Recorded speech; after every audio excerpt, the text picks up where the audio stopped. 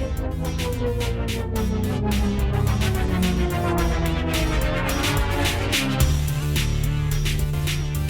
and welcome to Hardy Party 5.5. Welcome. Rebecca, you look really nice today. And I like your hat as well. Thank you. We've got a little Ranger gear on today that we're going to talk about. That's right. And this is all about City Connect. Mm-hmm. And this is something that Major League Baseball and Nike has done.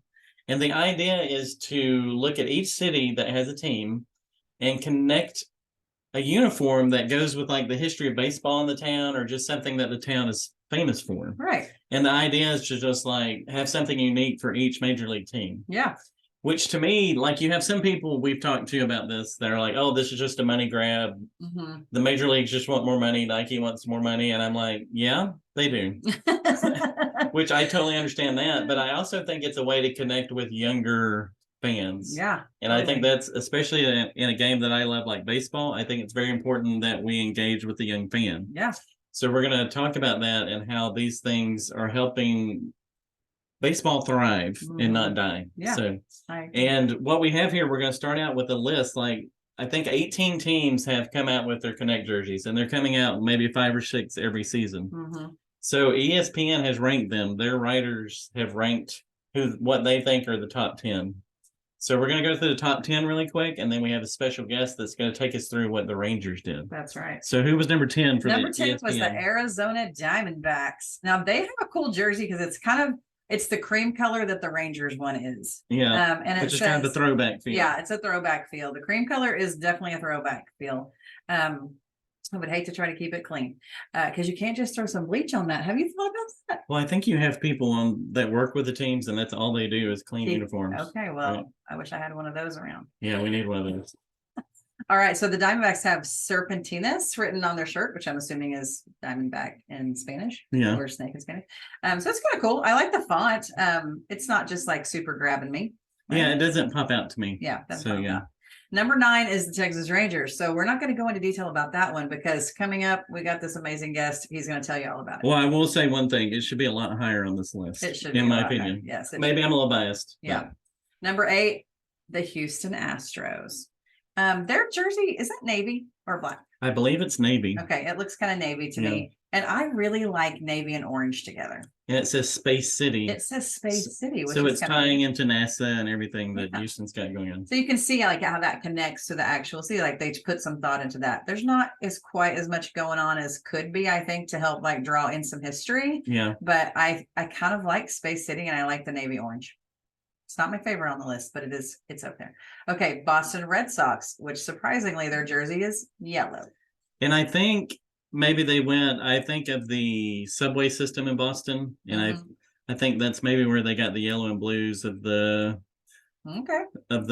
subway area or something. It's totally different. I'd have to look into, and we're going to talk about this with our guest, is you see it and you kind of question your mind, okay, why did the Red Sox go yellow and blue? Yeah. So then you have to like take it in and find out what the whys were for that. Right. So initially I'm like, what is this? Yeah. That's kind of the theme with the Cityscape shirts is that you can't just take them for what they look like on face value. There's a meaning behind pretty much everything that's done on them, and you got to figure that out to really appreciate the apparel. Right.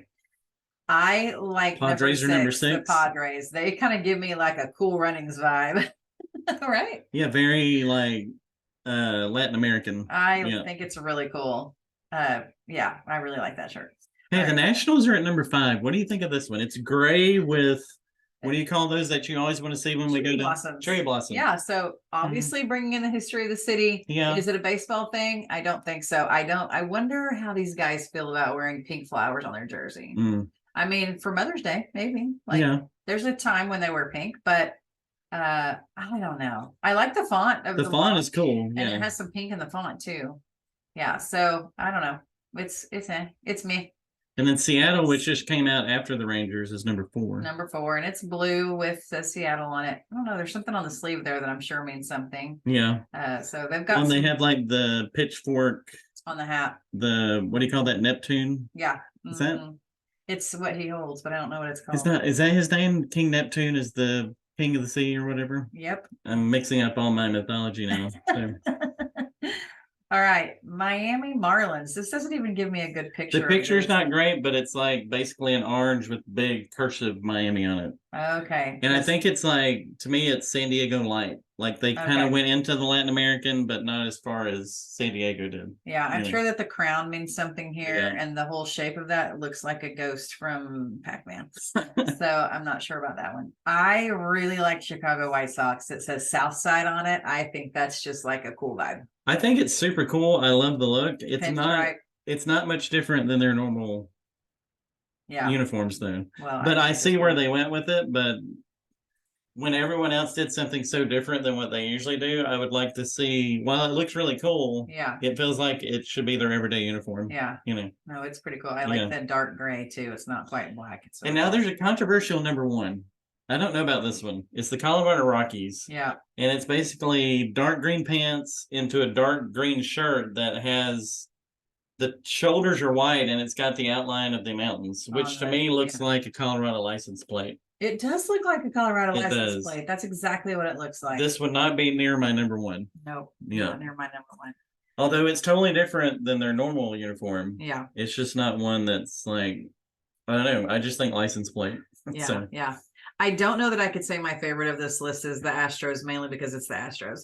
Oh, I can't believe you're going there. I didn't know this was going to happen. Well, it is. We're going to have to edit this out. So you do like the Astros the best? I can't be Space City?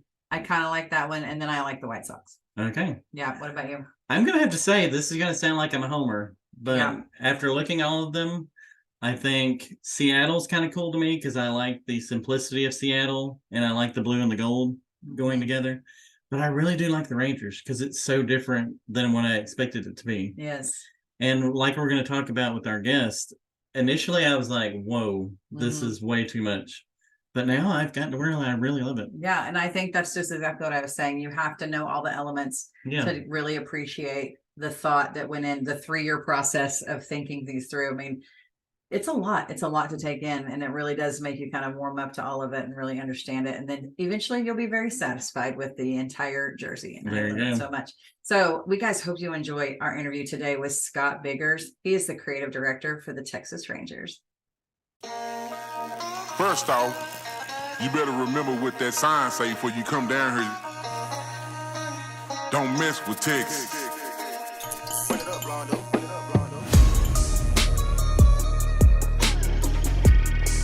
Hey, see y'all from Texas, where we should ride swangers and put diamonds in our necklace. Pour drink inside my lemonade till it look like a Pepsi. See, I come from the D where we got checks and we be flexing. If you ain't from my state, then you should know, don't mess with Texas. Hey, this Texas tea is what I drink. Sauce Walker had us dripping, Sauce had then on drink. Young Nasa had us jigging, dipping, ain't know how to think. Now I got all these stepping, swiping, catching plays. Hey. Don't mess with Texas.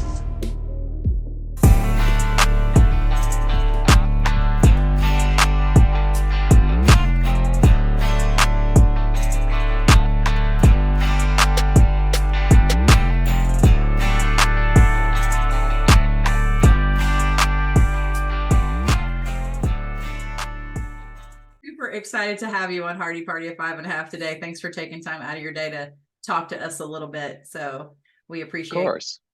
Yes, you are the creative director for the 2 games up in the West, right? Right now, Texas Rangers. Yes, thank you for acknowledging that. Yeah, the first place feeling is pretty good. Yeah, we have to savor that as long as we can. Yes, because you never know. Yeah, we were at the game. I know. It was a great time. It was the roof was open, sun was shining. It was beautiful. Yeah, that was really cool. That's right. So I'm glad you guys made it out. Yeah. Oh, it's great. Yeah. So I'm married to a creative. I don't know if you know that Scott is a very creative and talented person, but he probably knows a lot about your job, but explain it to me. Describe what you do for the Texas Rangers. Sure. Yeah, I'm the creative director in the marketing group, which means that anything that we do with regard to our brand, any of the creative work that we put out that reaches out to fans and brings the Rangers to life. That's part of what I oversee, and I work with a group of talented content and design people. Our social media group also sits in our group. So anyway, we utilize, as you know, a lot of channels to get the word out about the Rangers, and part of so my role is to kind of oversee the creative work. My background is as a writer, so nobody wants me designing anything. But anyhow, so I'm just grateful to work with a group of talented people that I do. Yeah, you're the leader that brings everybody together and makes sure everybody's on task. And yes, yeah. And a lot of that is with regard to like strategy and how we want to approach the season. And the way that we do it is we kind of divide the season up into mini seasons. As you guys know, it's a really long season. And so, for example, we'll be rolling out some summer messaging here in the next month. So anyhow, part of it is working on the strategy side as well with our senior VP of marketing and kind of determining what we want to do. But yeah, I've never thought about that. It does kind of baseball spans over like 3, different seasons. Yeah, like 6 or 8 months. Yeah. I mean, Texas, it's kind of one season, but really it is 3 seasons. You're right. And, add to that a product that, none of us have any idea what the product's going to look like in a month or 2 months from now, whether that's performance or injury, just there are a myriad of factors that we have to kind of take into consideration. So we try and be nimble, but you're right. We effectively host 81 events a year here during the regular season, and so we're promoting every one of them, and hoping that fans will come out and join us for a game. Wow. So how do you do that? I was just thinking about that because the last few years have been pretty rough for the team.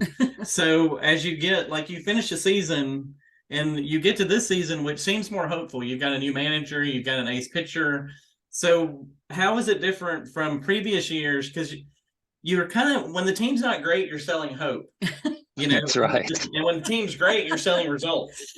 Yeah. So was there a change in how y'all looked at things coming into this season? Because it looked more like you were going to have better results than it has been. Yes, although fundamentally, this is our 3rd year of our Straight Up Texas campaign. So that's our brand campaign that we've had since 2021. And what we like about that, to your point, Scott, is to me, the word up is a really powerful word. Yeah. And, it does speak to hope. It speaks to, the foundation that the team was setting. It spoke to kind of the attitude internally, which was, as Chris Young and others kind of proclaimed, it's like 2023 is a year that we're going to be competing. And so we knew that was the target. And one of the things I like about Straight Up Texas is it not only represents sort of like a belief set and a value set of the organization, but that word up suggests that, no, we're going in the right direction. And so even back in 2021, when we had some hard times, the hope we were selling was like, no, we're moving in the right direction though. So we love our Straight Up Texas campaign, and for that reason, among others. Yeah, that's so cool. Yeah, that's perfect. So do you have a hand in branding like Globe Life Park in particular, or just So I joined the organization in 2019, and I'm not sure I could have picked a more eventful 4 years to be here. So COVID, new stadium. Yeah. So when I joined, we were moving out of Globe Life Park. It was our last season in this really beloved ballpark. And there was so much emotion and feelings that fans had towards the place, myself included.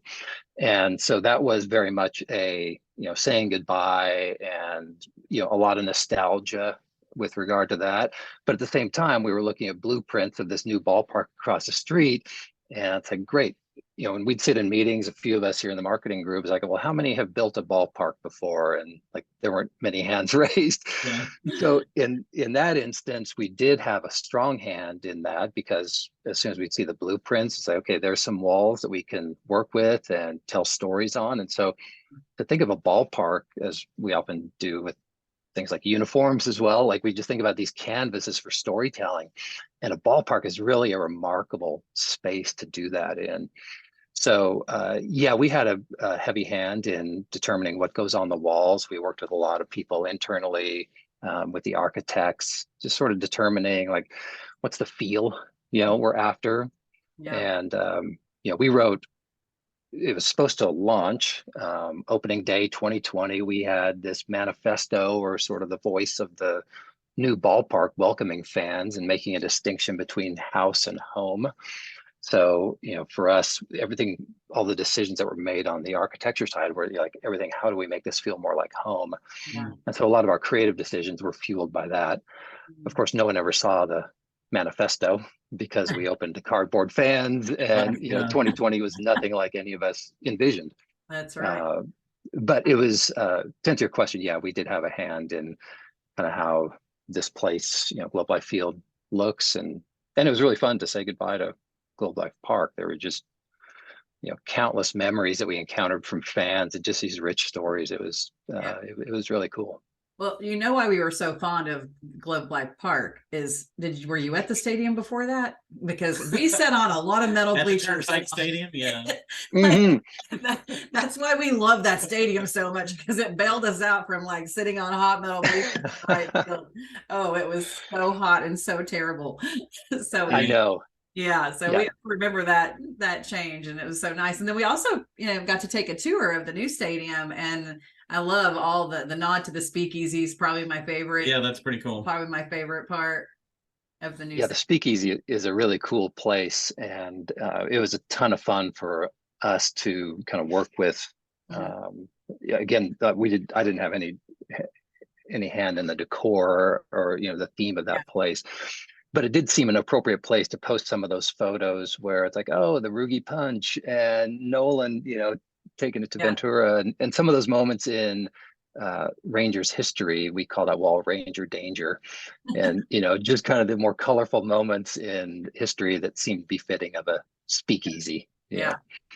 Because the speakeasy was originally under Arlington Baptist, where that's at, right? Mm-hmm. If I remember the history correctly. Right. Yeah. Down the road on Division. Yeah, there's a whole history that I wasn't aware of when I joined the organization about like Arlington is top of the hill, and just a really fascinating and colorful chapter in the city of Arlington that was news to us. Yeah, for sure. Okay, so we've talked about the stadium and how you set all that up. Now we're talking about jerseys, and we're talking about the City Connect. And it's a pretty big deal. It's something that's been going on in the majors for 2 or 3 years now. Like maybe 5 or 6 teams are doing it each year, I think. They're kind of slowly rolling them out. So we wanted to talk to you about that. There's a lot going on in these jerseys, and we want to. And I love that. Like when I first saw them, I was like, okay, I need a minute. And I was talking to a buddy that we're big Ranger fans, and I was like, we were both like, we need to see it in action, because just seeing a picture, it's like I need to see how it moves and works on the field. And after I saw that, I'm like, these are good. You creatives. The rest of us are like, hey. We're like, right? Yeah. So take us through that whole process. Like, I know it was kind of Nike kind of initiated this for the teams to come up with something that connects with the city you're in and all that. Yeah. So take us through that process, the creative process of designing all this. Sure. Yeah, it was maybe one of the most rewarding, if not the most rewarding and challenging projects that I personally have had to undertake or been involved with. And so it started, to answer your question, back in May of 2020. Oh, wow. So we go back, 35 months from launch, and it started, as you pointed out, you're right, it's an MLB and Nike initiative, and roughly half a dozen teams every season participate. So there are more to come. Seattle just launched theirs, as you may know, a few days ago. Atlanta was before us. But when we started on this process back in May of 2020, that was really our first contact with Nike with regard to the uniforms. And that was us helping them understand kind of our values, something about this region, this city, filling out a questionnaire. Honestly, several of us did from the organization and provided to Nike. Here's kind of who we are, and here's some information about the region that you may or may not know. So it started, way back then. And as any creative process goes, it's fairly iterative. It doesn't necessarily heed to a nice and tidy timeline. There were stops and starts and twists and turns. And the process, though, is that Nike does all the design. So all the the logo, the different elements on the uniform were created by the Nike design team. I think for us, it was really important and understandable for someone, again, these guys, based in Portland, trying to tell a Texas story based on our questionnaire. There's some sensitivity and nuances, and the biggest challenge, as you guys have maybe heard us say or seen, is like, how do you design a City Connect jersey when you wear the name of the largest state represented in Major League Baseball? So from that standpoint, it just would have been so much easier if we had just one city. We were like Dallas, Fort Worth, Arlington. That was the name that we wore. But we tried to honor the City Connect nomenclature. And but as you know, like we're here in Arlington, which has been such an incredible support for the team. But there's also Dallas and Fort Worth, these two major markets that we also wanted to pay homage to. So it was, and then to say nothing of the fact that we wear Texas, 1,200 plus cities. So like it was a bit of a threading of the needle. I think from the outset, we knew we wanted to tell a baseball story. Mm-hmm. So we joked, it's like, oh, we could have just done a brisket uniform or a Blue Bonnets uniform or something that just would have been Texas Chamber of Commerce type stuff. And great, we're done. Very generic. Yeah. And, for us, it was just because we thought it's a baseball jersey, let's just tell a baseball story. And so that sent us down, into history. And it happened to coincide with our 50th anniversary that we celebrated last year. Mm-hmm. So we were already kind of digging into the origin story of the Rangers. And my role was sort of lead the story charge on it. And there were just some things that I discovered that I thought were so fascinating. And when we landed on some of the ways that our origin story really pays off a City Connect story, I think that's when we got really excited, and we provided Nike with like, okay, this is the story we really want to tell. Yeah. And then they came back to us with the designs. But as I said, I want to clarify, it's not like we spent 3 years designing what a Peagle looks like. It was just a very iterative process, and again, some surprises along the way. But we'll have these for 3 years. We wear them on Friday nights, and so I think we have 12 more wears for this season. But anyhow, it was a really fascinating process, particularly again for someone like me who just views things as a canvas to tell a story. And that's really how we viewed the uniform.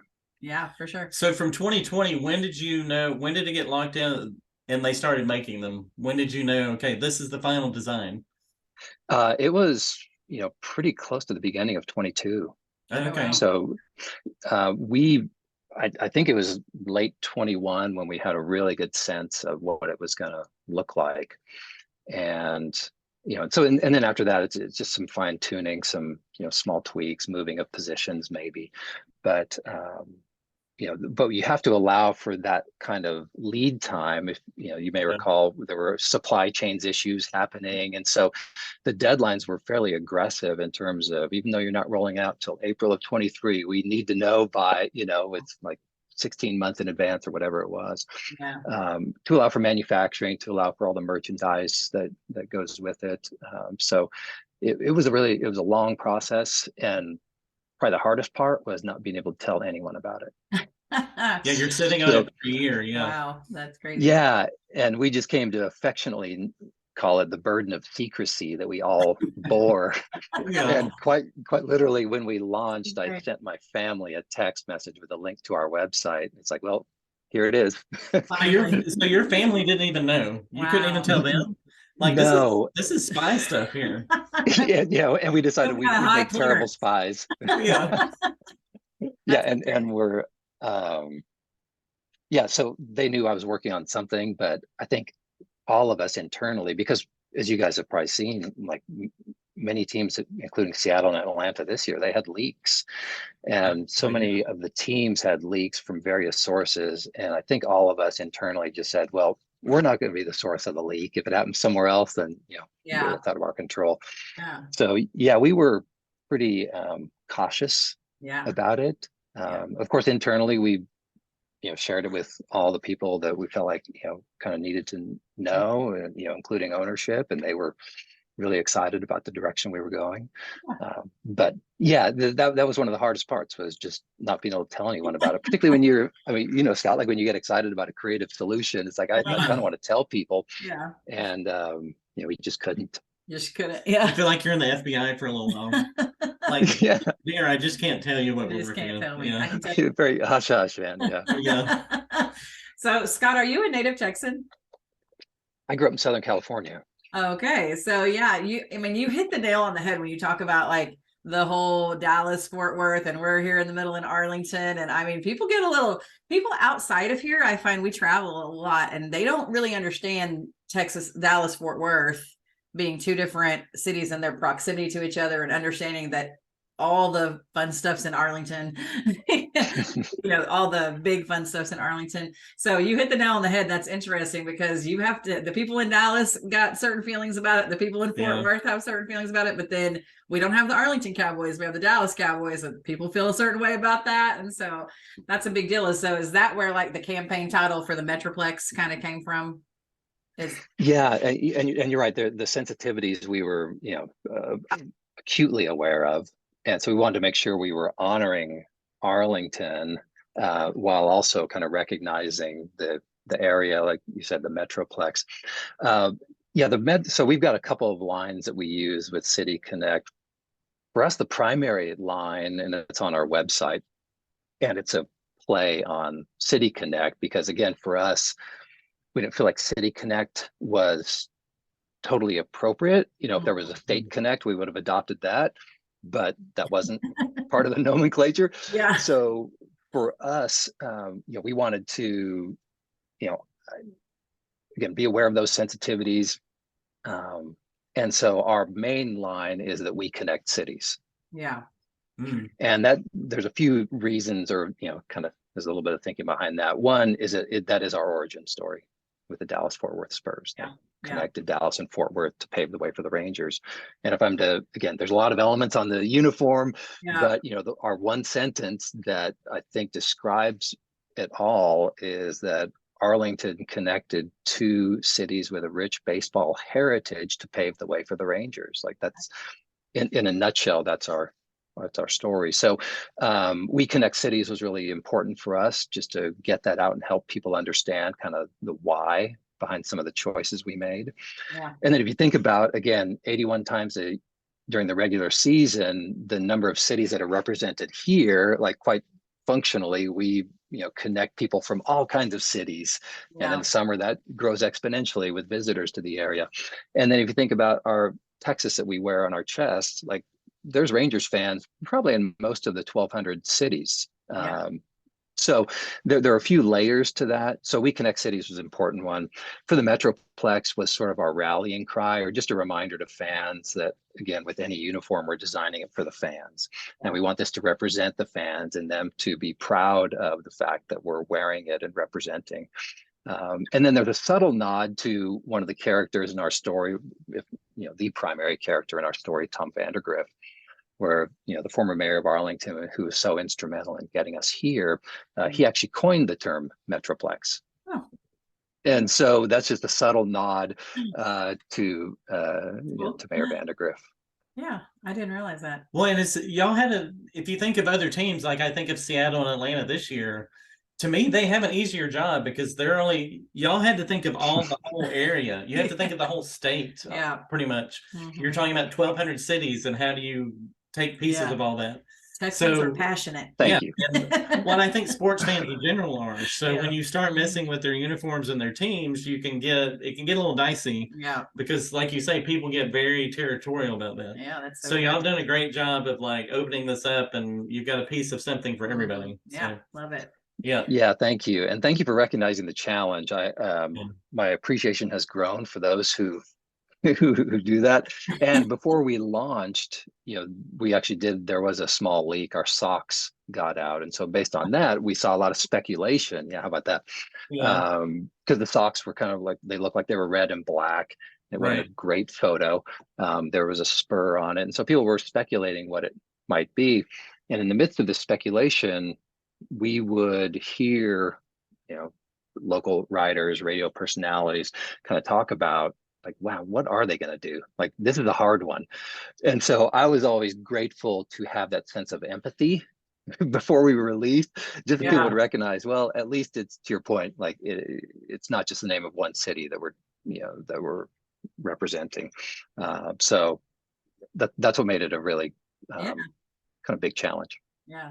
Okay, so let's talk about this amazing jersey. We've got the main logo here. Yeah. So tell us a little bit. And thank you for representing, by the way. Yes, guys, it looks great on you guys. Well, yeah, this is my son's. He bought it the night it came out. He went to that game, and then I bought a hat yesterday. So yes, he got the hat, we're assembling our uniforms piece by piece here.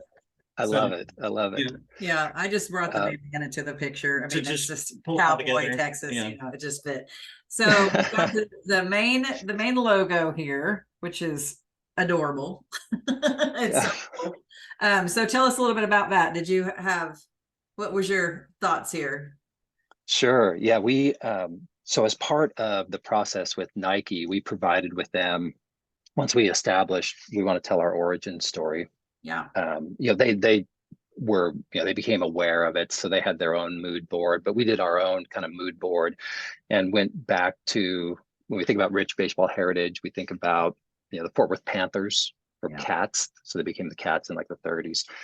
But they were like this minor league dynasty, and they're known as one of the greatest minor league teams in history. Yeah. They won 6 straight Texas League championships. So that was the Fort Worth side. On Dallas has had a number of teams, but the one that really popped out to us, and talking to an older generation of residents, they'll tell you about their days going to Burnett Field and watching the Eagles play. And the Eagles have a really fascinating story. But anyway, those were the two teams that represented Dallas and Fort Worth. And then again, we have the Dallas Fort Worth Spurs as the third team.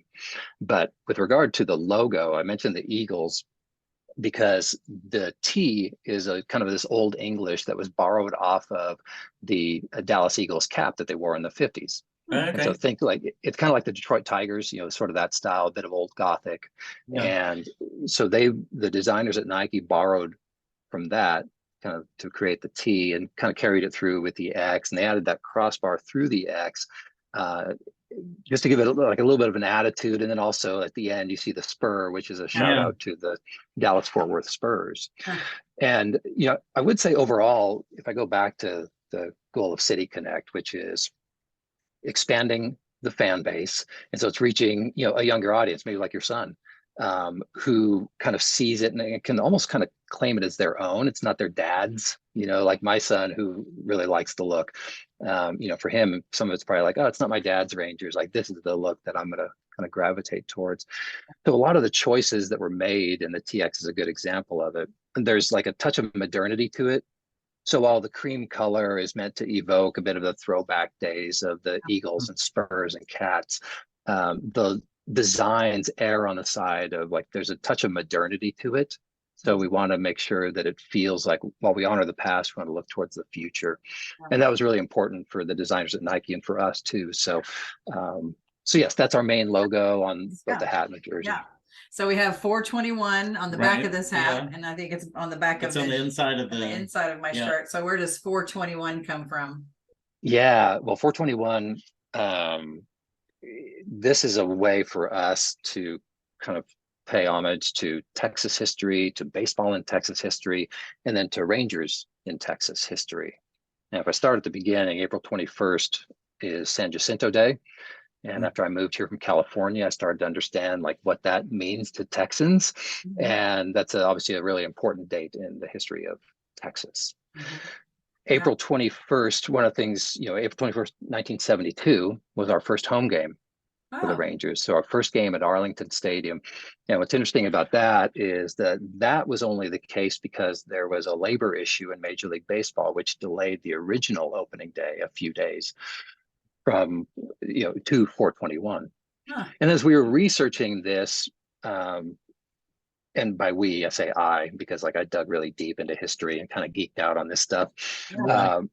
But if you go to some of the historical archives, you'll see that some call it the first baseball game, first recorded baseball game in Texas history. Others call it the first state championship game in Texas baseball history, was on April 21st, 1868. Oh, okay. And so there was this symmetry that lined up. And when we saw the schedule and we knew we were going to pay homage to April 21st, that's an important date. And again, in our history and state baseball history, that our first Friday night home game of the 2023 season of our City Connects, when we wanted to roll these out on a Friday, was April 21st, was just this symmetry that's like, oh, that's amazing. Yeah. So yeah, we celebrated 421 during our 50th anniversary, did some storytelling around there. There's a whole aspect of the origin story that is we didn't tell with our jersey. That's fascinating as well. But anyway, so that's the significance of 421. Cool. Yeah. Okay, so now we had toward the bottom of the jersey, we have a little quote. So what's the quote and where does that come from? Yeah, that's taken from, I think it's inscribed on a statue at Arlington City Hall of Mayor Vandergriff. And Mayor Vandergriff, as you guys probably know, is a really remarkable story. Outside of our ballpark, there's a statue. It was over at Globe Life Park. You probably saw it, which calls him the father of baseball in Arlington. And it's quite true. And his journey to get the Rangers to Texas is a remarkable one. And his grandson Parker has been really helpful to us in this process, and has, he's kind of become the family archivist of everything that Tom kept. And fortunately, Tom kept a lot, including all the rejection letters that he got from all these major league teams when he was trying to get a team to move here. But I think what impresses us is that at the time in the 50s, Arlington was a relatively small and sleepy town. It's not the vibrant entertainment district, that it is today. Yeah. And he just had a vision of like, man, we can do this. And, 30,000 people situated on the turnpike, right in between two big cities. And these two big cities, by the way, did not get along. And, so that rivalry for us, from a story, for me anyway, just provides a bit of the tension in our story. Yeah. And then Arlington emerges as a viable option and a solution, but it wasn't a quick fix. I mean, Mayor Vandergriff pursued this for 13 years until, he finally was able to get the senators to move here. Yeah. So we wanted to pay homage to Mayor Vandergriff. He's such a central figure in our origin story. And so that quote, "Dream the big dream," not only comes from that statue at City Hall, but it really reflects sort of, he was a visionary.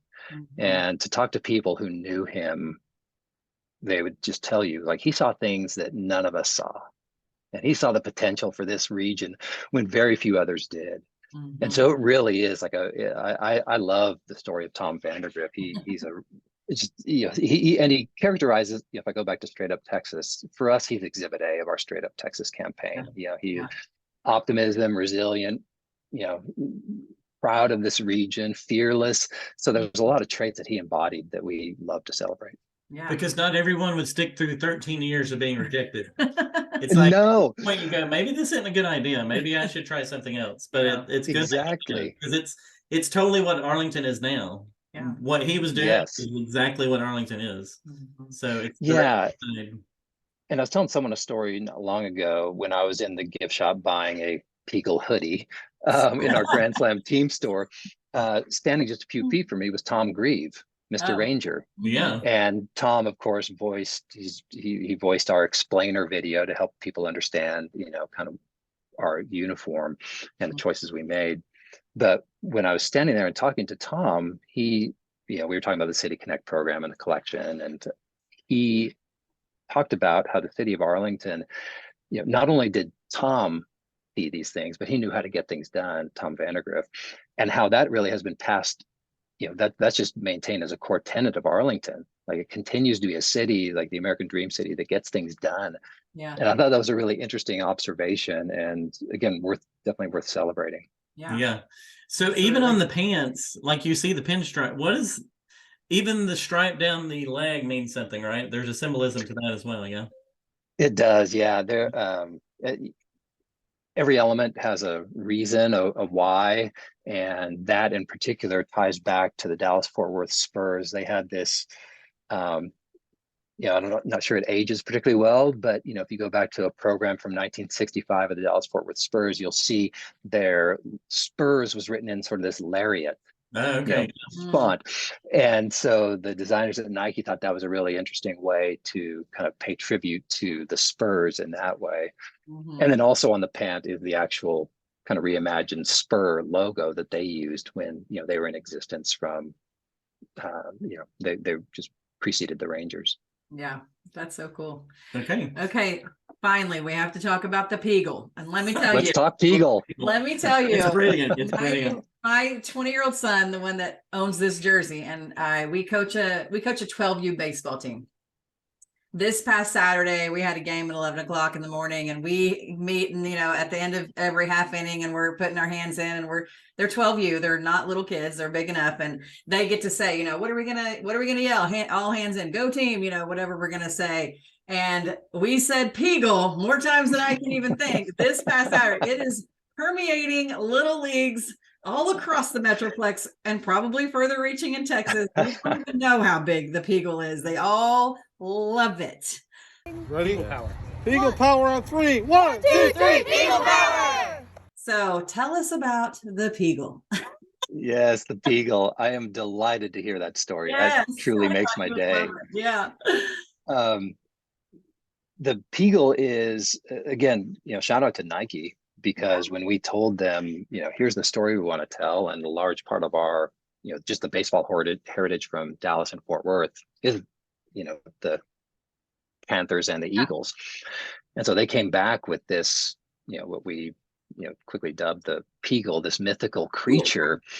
And when we saw it, it's one of those things that when you see it, it's just like, what? Yeah. And then it's like, that's actually really cool. Like, let's go with it. And, again, to go back to the purpose of City Connect, it is to kind of engage and to beg a question. Through this process, we came up with the 5 stages of City Connect. Like, how do we want our fans to feel? And the first was surprised. The next was provoked. And the next was satisfied after learning why we've made a choice. And so the Peagle fits really neatly into that, where the first time you see it, it's like, what? Like, this is the Texas Rangers, right?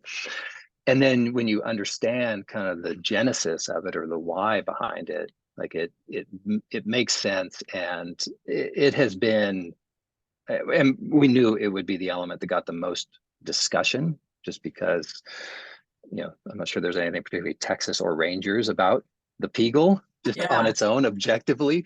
But it fits so well into the narrative of our origin story.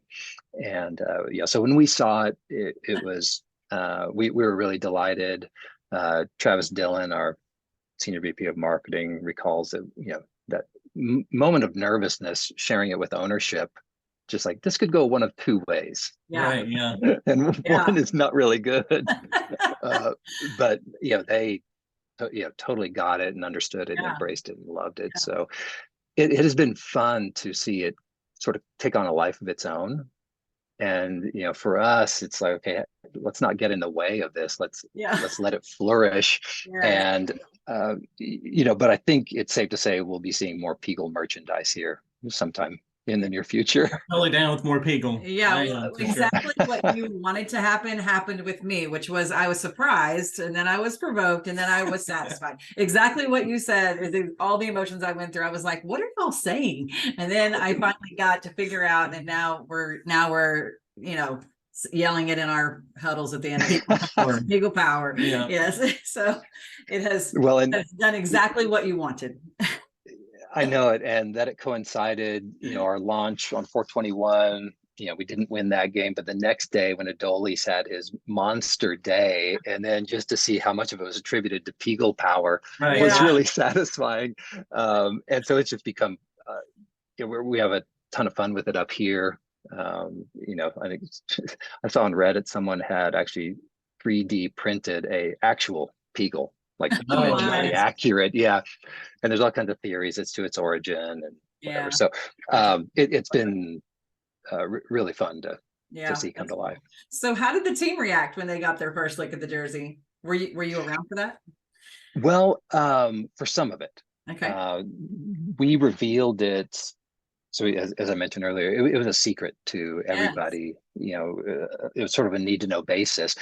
And so the players didn't see it until spring training of this year. Okay. Okay. And we did two things there. One was we shot a number of the players for our promotional videos and for the photography that we can use during the season.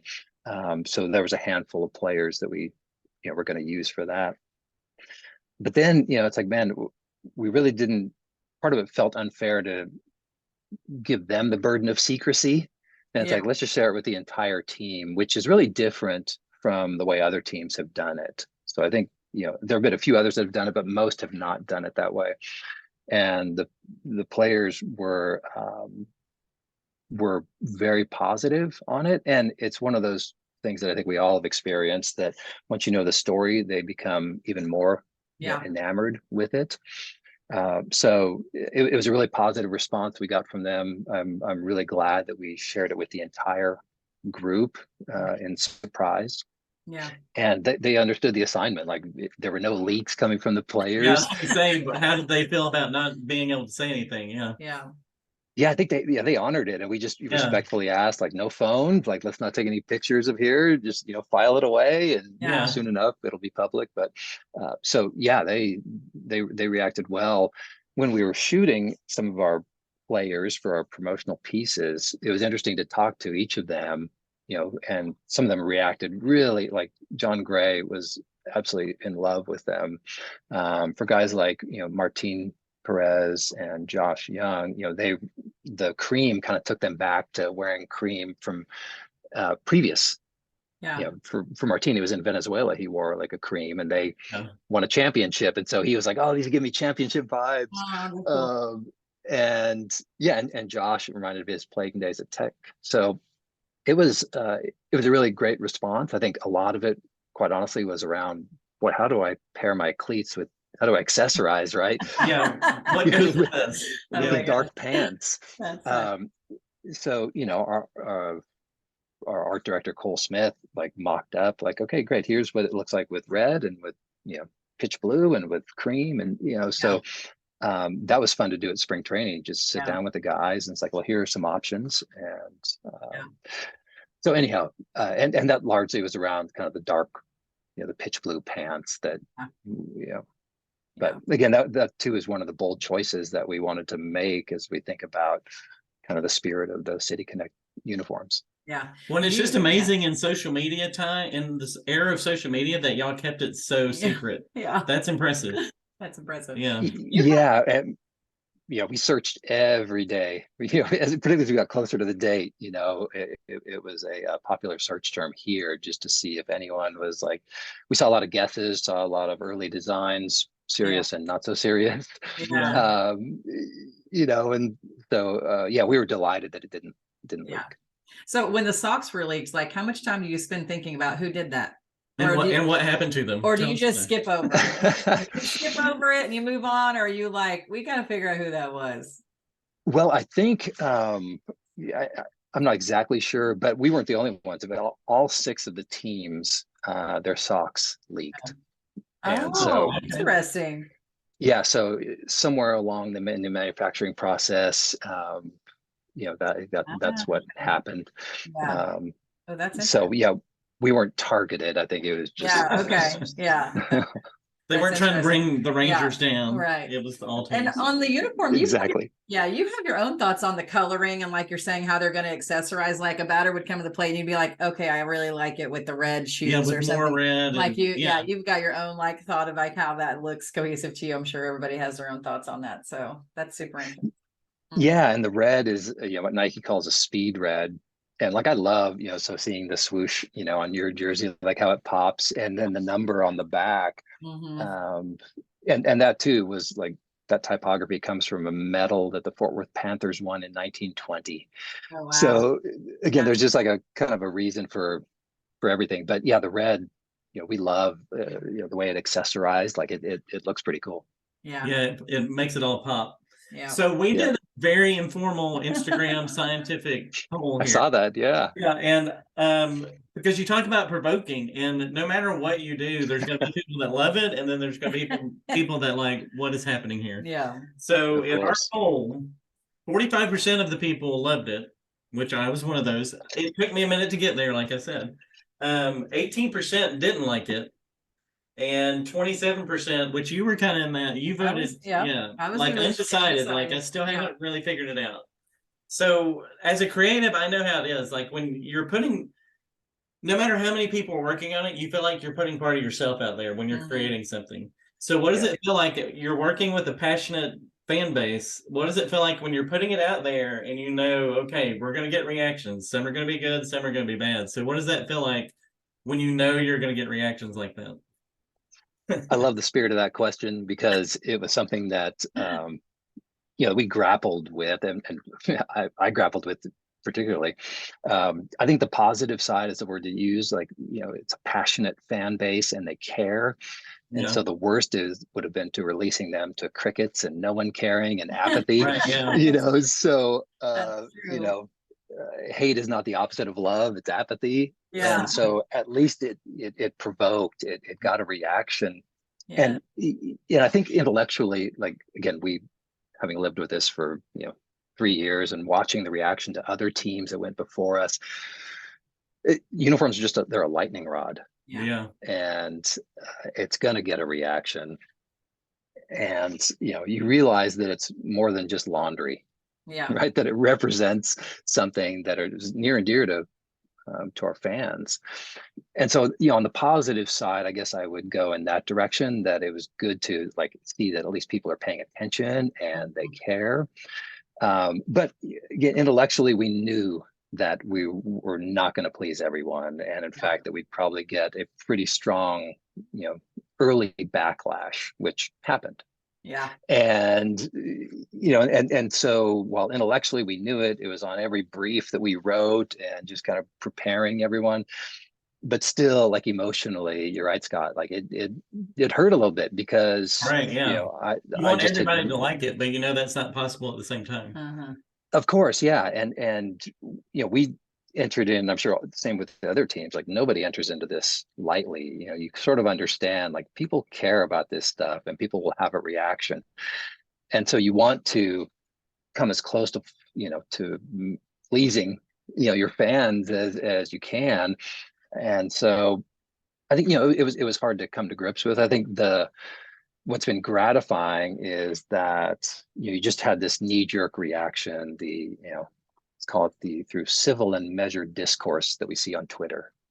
And so we, when we released on April 17th, there was a ton of that. But over time, as people start to understand the why, and this has been true just anecdotally, what I've witnessed from other teams is that sentiment comes around when people start to understand the why.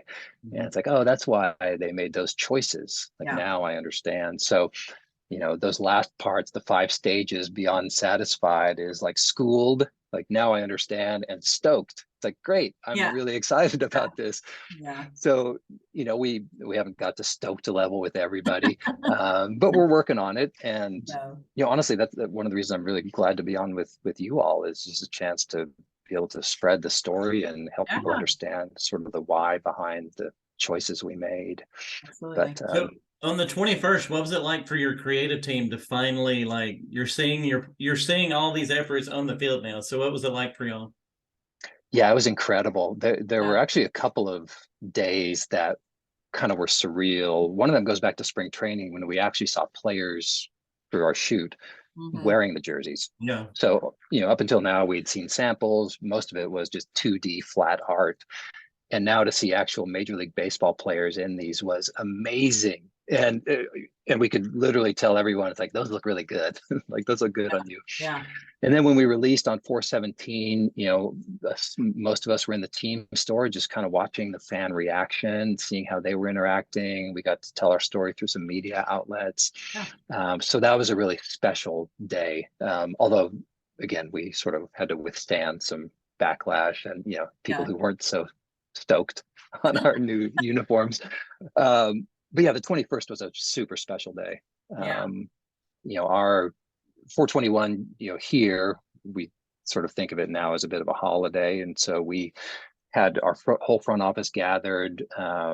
Chuck Morgan and Travis and I got to tell the story to our employees, make sure everybody understood, recognize a few people who had a huge role in it. And so it started off like with that vibe, which is really positive and fun. And then, during the day, we got down to the field, saw some of the players wearing them before the game. And when the game started and saw them take the field in it, like that was, again, one of those moments that just borders on surreal. Yeah. So it was fantastic. For me, I spent the third inning in the TV booth with Dave and CJ, which was a totally new experience and super fun. And so it was great to be with those guys for an inning. My family was here with us at the ballpark, our marketing team, and family. We all had a big space here that we were, just able to celebrate the moment. Yeah. So it was a really special night. Yeah. And super fun. Real talk, Scott, did you tear up a little bit when they took the field? Just a little? Close. Yeah. I mean, I appreciate the question because it was really emotional. Yeah. And part of it was we'd released it a few days earlier, but being able now to talk freely about this thing, right, and then to see it represented on the field was really exciting. Yes. Well, speaking of an emotional experience, when Scott walked onto Fenway for the first time and like crested into the field, I mean, he literally stood there and had tears in his eyes. I did. It was a moment. We saw I'm with you on Instagram that you got to go to Fenway with your dad and your son. And tell us a little bit about that experience for you. Was that like a field you've always wanted to go to, and that was bucket list for you? Had you bet your first time there? I had been before, but neither my dad nor my son had been. Yeah. And I'm the type, maybe you guys plan your family vacation around home games of different teams. But we do, definitely. We're checking off the stadiums. Exactly. Yeah. So I was doing that with my son, and whether it was on business trips or whatever else, family vacations, that was always an important piece for me, was to take him to some different parks. And our entire family, so my parents, my sisters and their families and our family, we were all going to be in Boston at this particular time. It turned out to coincide with the Friday home game. Yeah. And so there was about 7 of us that made it to Fenway. And just the idea of the kind of the 3-gen experience. Yes. We celebrated a lot of that when we said goodbye to Globe Life Park. And it was I would say I didn't go to sleep immediately after we got home. I was just on such an adrenaline high. It was so fun. And part of it was just sharing that experience with, the guy who taught me baseball and my son who I taught baseball to. It was just, it was really special and meaningful. And plus it was a beautiful night. And anyway, that was a really special experience. I appreciate the question. Yeah. Do you have a favorite field that you like, that you've been to? Or maybe, probably have a couple answers to that. I think both Fenway and Wrigley, just because of the history, have this like really special place, in my heart. I grew up going to Dodger Stadium, and that's a special place as well. So there are a number of parks, and I would say when we were building Globe Life Field, part of what's great about this industry is the generosity of other teams. And so we could pick up the phone and call our friends at the Braves, for example, who had just built Truist Park, and they would tell us, be sure and do this, don't do that. And because we don't compete, and just in terms of marketing or a rising tide sort of mentality. So being able to go to different parks and arenas, even just to see what people are doing with art and storytelling on the walls, was really helpful to us. So there's that element as well. But as a baseball fan, like Wrigley and Fenway are probably I think Wrigley's probably my favorite. We've got a dog laying right over there whose name is Wrigley. Right. Yeah. And when we get a dog, his name will be Fenway. Yeah. So we're on that path. We've been checking some stadiums off our list too. Well, and the awesome part is with sports, and specifically baseball, it's one of the last places that we can all, even with our politics and all that, when you love a team, everybody can get together there was 40,000 yesterday when we were at the game, and you can imagine how many different philosophies and politics were there. But you can focus in and have that fun time with everyone. Yeah. And I think that's what's still important about sports, and with doing uniforms like y'all done and all, is like it's like a unifying moment when you can go to a sporting event and just cheer together. Even when you're playing the Yankees. Right. We can all cheer against the Yankees, so that's easy. Yeah. Yeah, and even they're always well represented here. Are. They're about half the crowd at everywhere every field. Yeah. At every field we've ever gone to, there's always Yankee fans there. Yeah. And it was nice to see some empty seats midway through the game. Yeah. Yeah. I didn't want to see it. Yeah, that's nice. Exactly. Chased Scott, them away. We can't thank you enough for taking time to talk to us and work us through this whole creative process. I know he's just eating up it's so cool. all the things out Love of it. your mind. And I just appreciate you taking time today to talk to us. It's been a real My pleasure. It's been a real joy. So maybe we'll catch up with you at a Ranger game somewhere along the way. Please let me know when you're when coming out the ballpark. It'd be great to see you guys. That would be wonderful. Okay, and we should end with Peagle Power. Peagle Power. That's right. Peagle Power to you. Yes. Thanks, Scott. Thank you so much, Scott. Have a great day. Take care. Thank you all. Bye-bye. Okay, now I'm totally vibing with these shirts. Now that I know exactly what every detail means, I think that was so interesting. You needed to hear the whole story. I needed to hear the whole Right. story. And feel the emotion of each element. And I don't know how you creatives do it, because I now want to go up to every single person that's wearing one of these and say, do you know the story? Do you know everything? Do you know everything about what you're wearing? And let me explain it to you. So you've become a Peagle apologist. So now every Ranger game we go to, is there a certain number of people that you're going to try to convert to the Peagle Power? I'm gonna say a good number is 7. Okay. I'm going with You're David Murphy 7. So you're gonna try to convert people to the Peagle Power situation. I think I'm gonna have to go up to people not wearing the shirt and say, why aren't you wearing the shirt? I don't think you understand what it means, and now you need to go to the gift shop and buy one. I'll just stand outside the gift shop. There you go. Maybe you Oh can my get a gosh. job with the Rangers. It's like you're selling multi-level marketing. You're like, do you have like 15 minutes? I want to share something with you that could really change your life. That's exactly what I'm gonna do. There you go. Next Ranger game that we go to. Yeah. We hope you guys enjoy this interview with Scott Biggers. I hope you run out and buy you a Cityscape shirt, because you're gonna love it, or a hat, or a Peagle sweatshirt. Who doesn't want a Peagle sweatshirt? I kind of want a Peagle sweatshirt. Yeah, I was looking for one at the game last night. I'm gonna track that down. Yeah, we gotta do that. Party 5.5 over and out. We'll see you next time.